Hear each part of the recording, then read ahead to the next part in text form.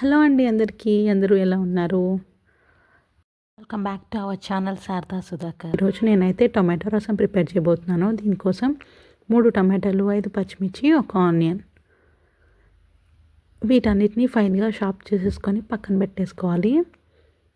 Cut చేసి పెట్టుకున్న టొమాటోలని puree కోసం పెద్ద జార్లోకి తీసుకొని మిక్స్ చేసుకోవాలండి. చూసారా ప్యూరీ ఎంత బాగుందో? ఈ ప్యూరీని మనమైతే రసం పెట్టుకునే బౌల్లోకి ట్రాన్స్ఫర్ చేసుకోవాలండి. లోపల ఇంకా ఉంది కాబట్టి కొంచెం వాటర్ యాడ్ చేసుకొని షేక్ చేసి అందులో వేసాను అన్నమాట. ఆ తర్వాత రసంకి తగినంత వాటర్ కూడా యాడ్ చేసాము. ఇందులోనే చీలికలుగా కట్ చేసి పెట్టుకున్న పచ్చిమిర్చి, ఆనియన్స్ని కూడా వేసుకున్నాము. ఒకేసారి ఇందులోకే సరిపడా ఉప్పు, కారం, చింతపండు కూడా వేసుకోవాలండి. మేమైతే కారం ఎక్కువ తింటాం కాబట్టి కొంచెం కారం ఎక్కువగానే వేసుకున్నాను.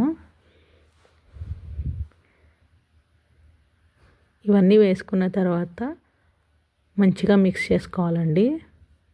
ఇలా మిక్స్ చేసుకున్న తర్వాత దీన్ని స్టవ్ మీద పెట్టేసి సిమ్లో ఉంచి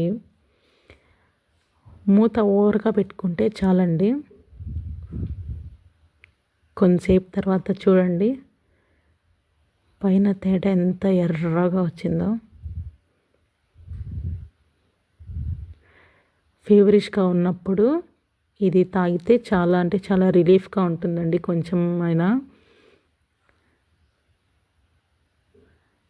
రసం అయితే మరిగిపోయినాయి.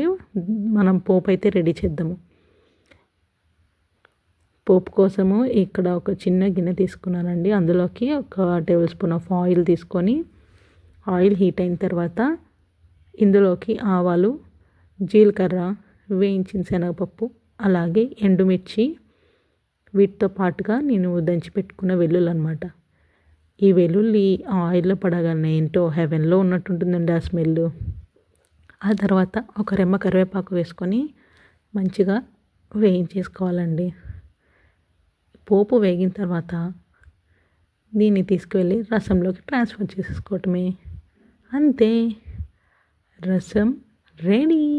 నాకైతే కొంచెం చిక్కగా వచ్చిందండి. దీంట్లో ఆమ్లెట్ అనేది డెడ్లీ కాంబినేషన్, సూపర్ ఉంటుంది. ట్రై చేయండి.